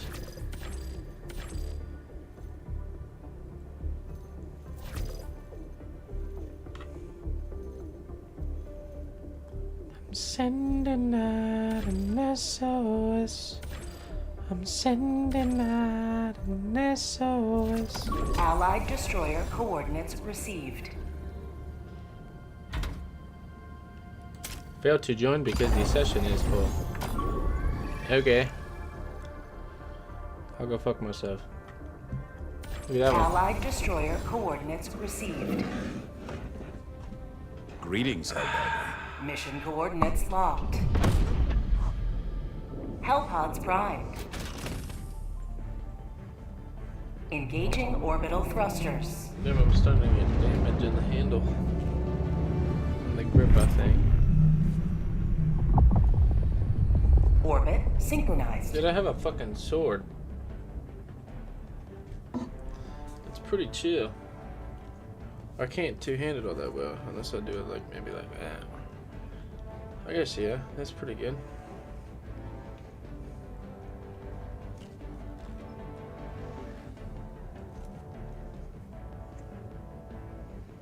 The hilt is not all that great, but I can hold it like that. Yeah, direct it that way.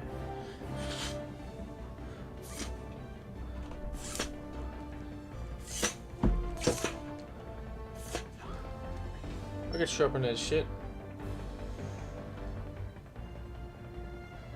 Helldivers to Hellpods. Sword's Repeat, fucking cool. Helldivers to Hellpods.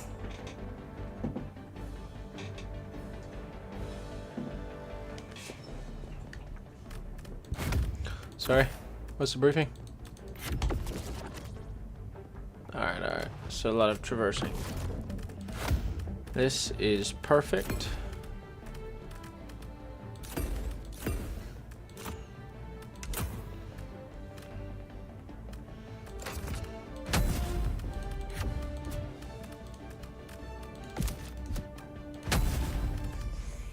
Hell yeah. Send me down.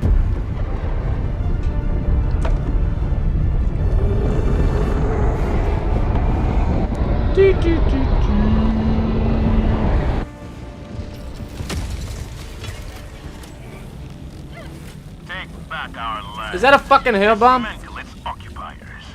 Are you kidding me?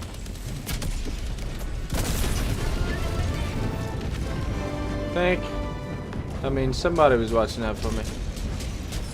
Thank God.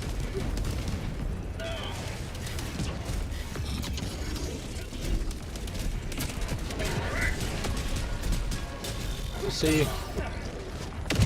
I see you.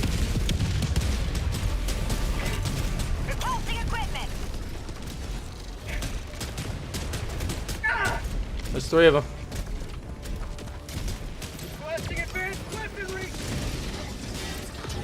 Boom!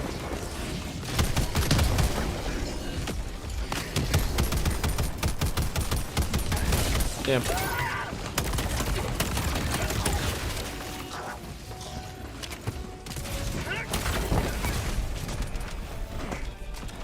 Woo! Let me tell you.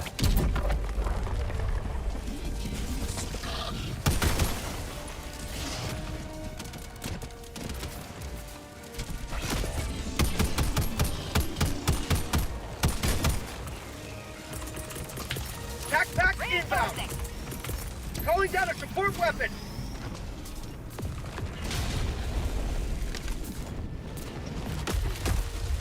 Where's he at?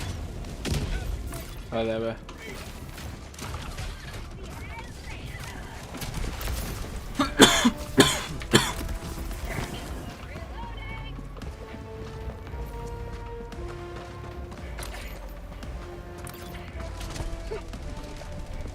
Plutonium Dragon.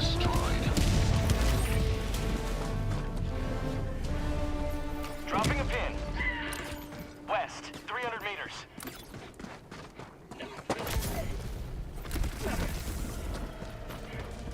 Keeping up with you.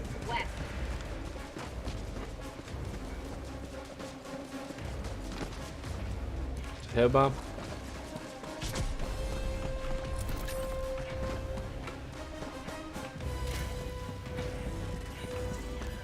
The hell are you so fast for? Throwing grenade.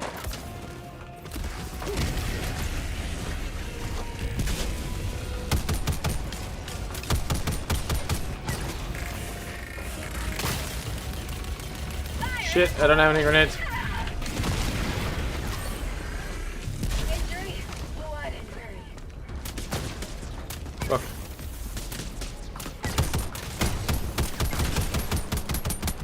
Mag's empty!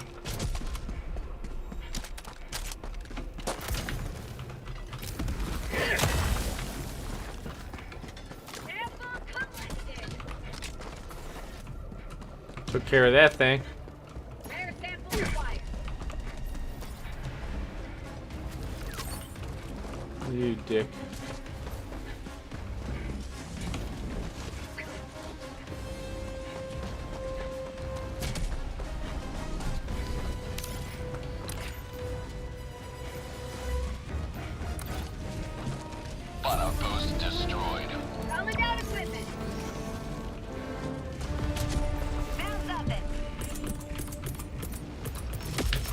Requesting vehicle!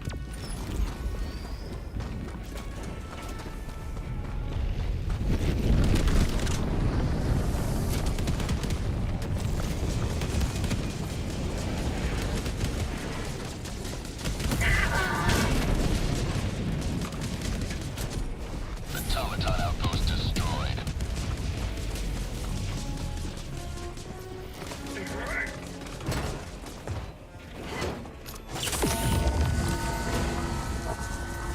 Parking location. Southeast. Where is it gonna go? Over there? Oh, you're saying be careful of the hellbomb? Stop fucking looking at this. Heavy. Southwest. Look. Shoot it! Reloading. Fucking jeez.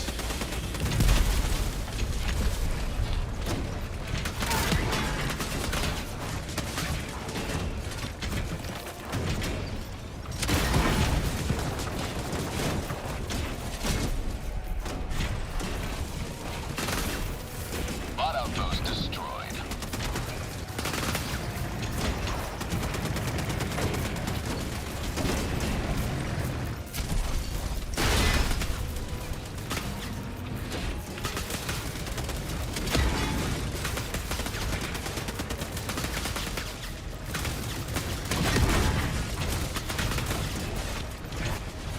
Requesting escort. 50 meters.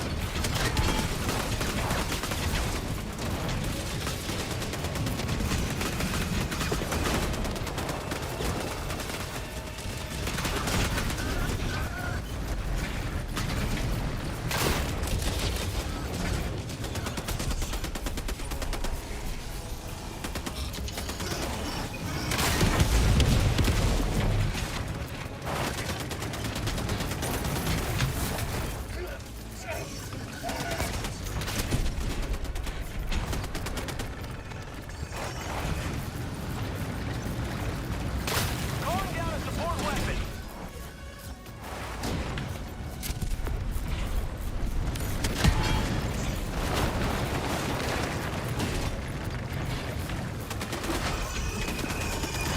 Main objective nearby. To the sky! Objective critical stratagem available. Rare sample collected! Calling out!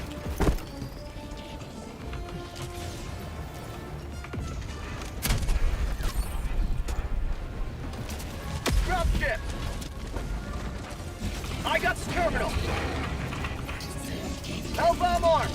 Clear the area!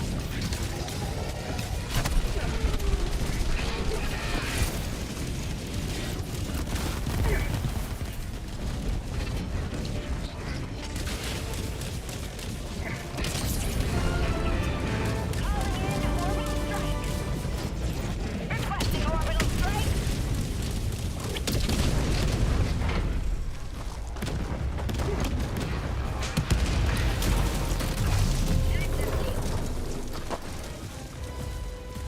Mission at 30 minutes remaining. Dude, where's Blue? Ah.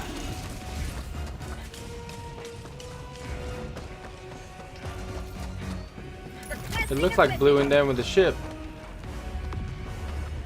But he did not. Good man.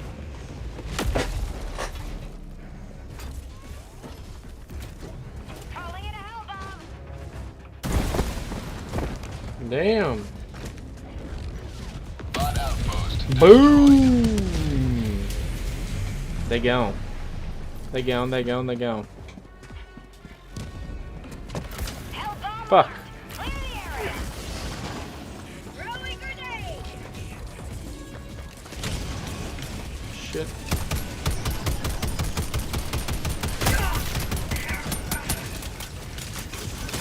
Behind us. Another step toward galactic liberation. You may extract when ready. Really?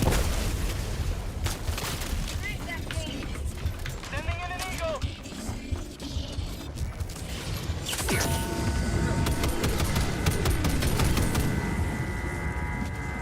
Alright. I think we're good. Took that fucking Hulk down with a fucking hammer. This hammer's so badass. I love this shit. Damn! What the fuck happened to this guy? Dropships, thank you.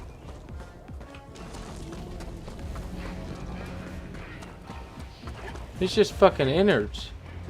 That's all that guy was. How about a nice cup of liberty?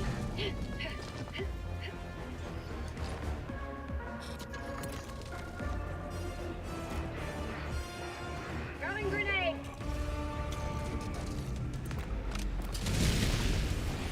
They gone. Hell yeah. Shit, there's more coming.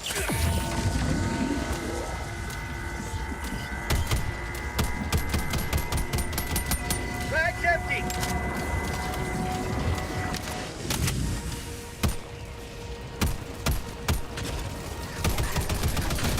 Weren't expecting that, were you, buddy? There's two of us.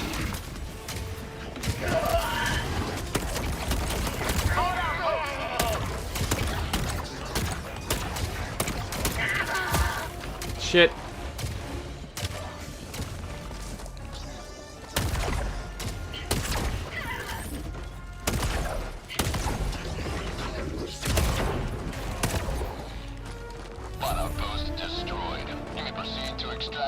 Alright, hell yeah. Made that shit happen. Me and fucking Blue.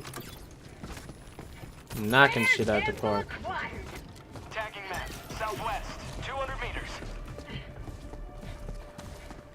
Support weapon.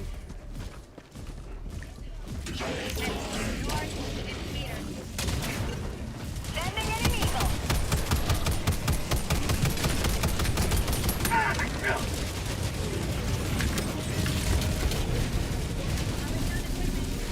Where's Blue?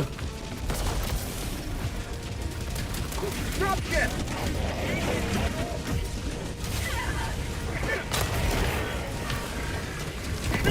Is that Blue? No! Reinforcing.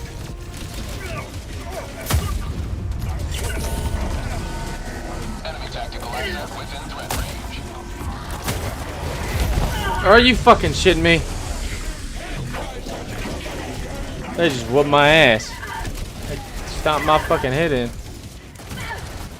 Yes. Yes. Yes. Oh shit. Come on, man.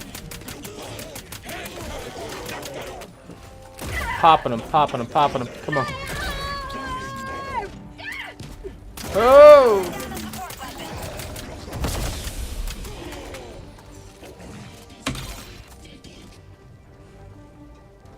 Bring me back.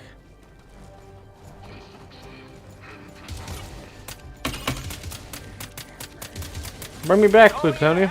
I thought we were boys. Reinforcing. Oh well. Calling in orbital strike. Requesting orbital strike. Democracy has landed. Requesting tech pack. Requesting I'm heartbroken now. advanced weaponry. They didn't reinforce me. Requesting equipment.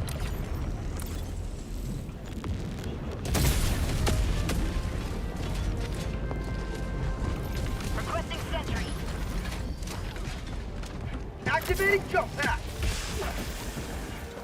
My life for Super Earth.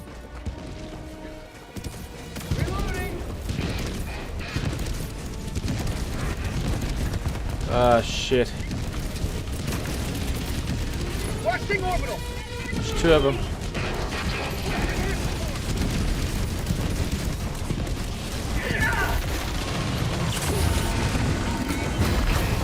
Fuck! Requesting air support. And it fucking ran over me. Oh, he's in the kill zone outfit? That shit looks sick. I lost my damn hammer. Liberate. Lost my damn hammer. It's falling off of his fucking thing. Are you kidding me?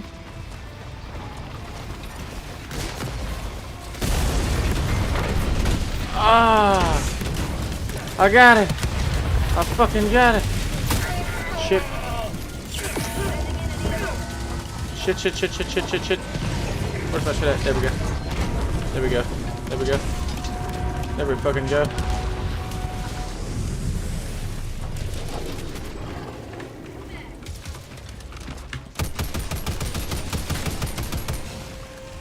Fucker. To the sky! Ah. Damn it.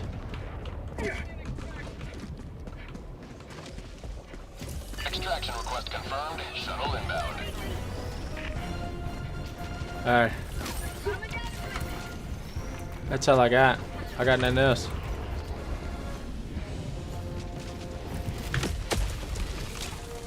Let me reload this. Make sure all of these are full.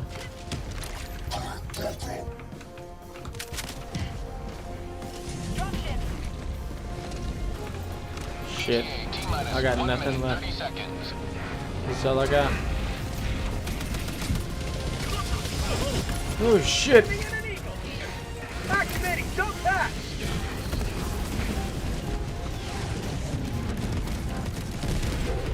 Bro, you gotta move, dude. You're right in the fucking. Shit!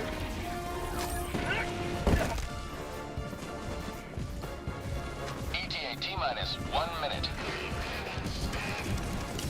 Fuck me. To the sky!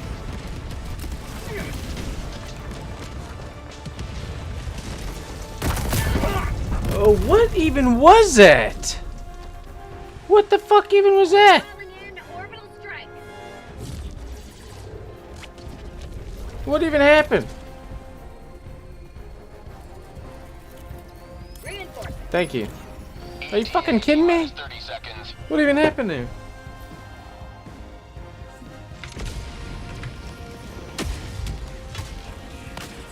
Oh. T-minus 20 seconds. Look at us. Buddy old pals. ETA T-minus 10 seconds. Clear landing zone. I got him. Oh. Got no arm.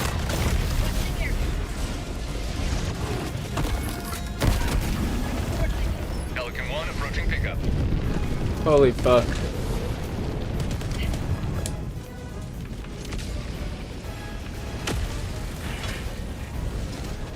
Democracy is fled! Don't get crushed.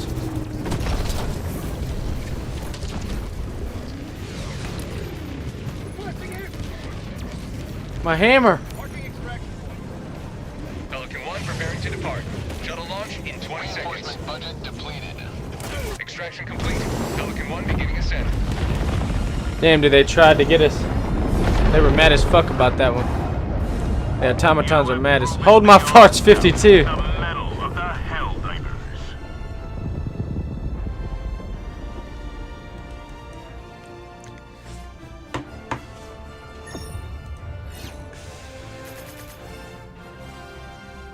Oh yeah.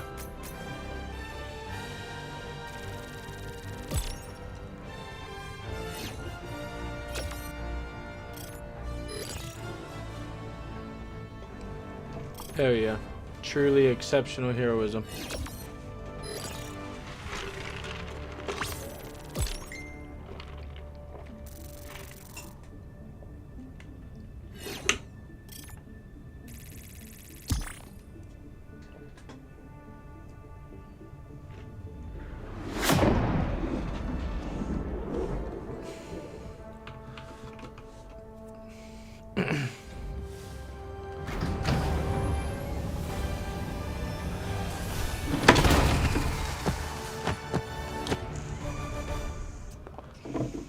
I died like 3 fucking times on the way there.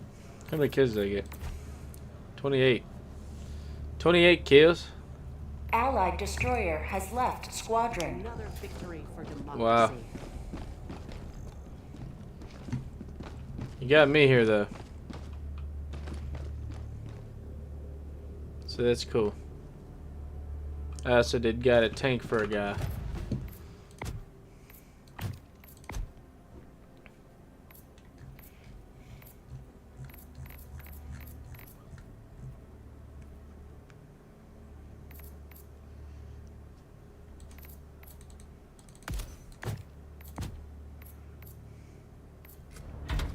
He kicked me. Yeah, he left.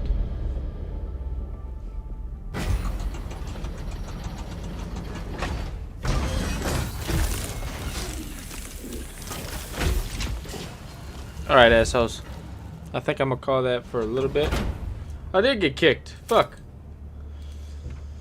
That's about dumb as hell. Alright, y'all. I'm gonna call it for a little bit. I will be back in just some time. I'm gonna cut some clips up. Do my damn thing.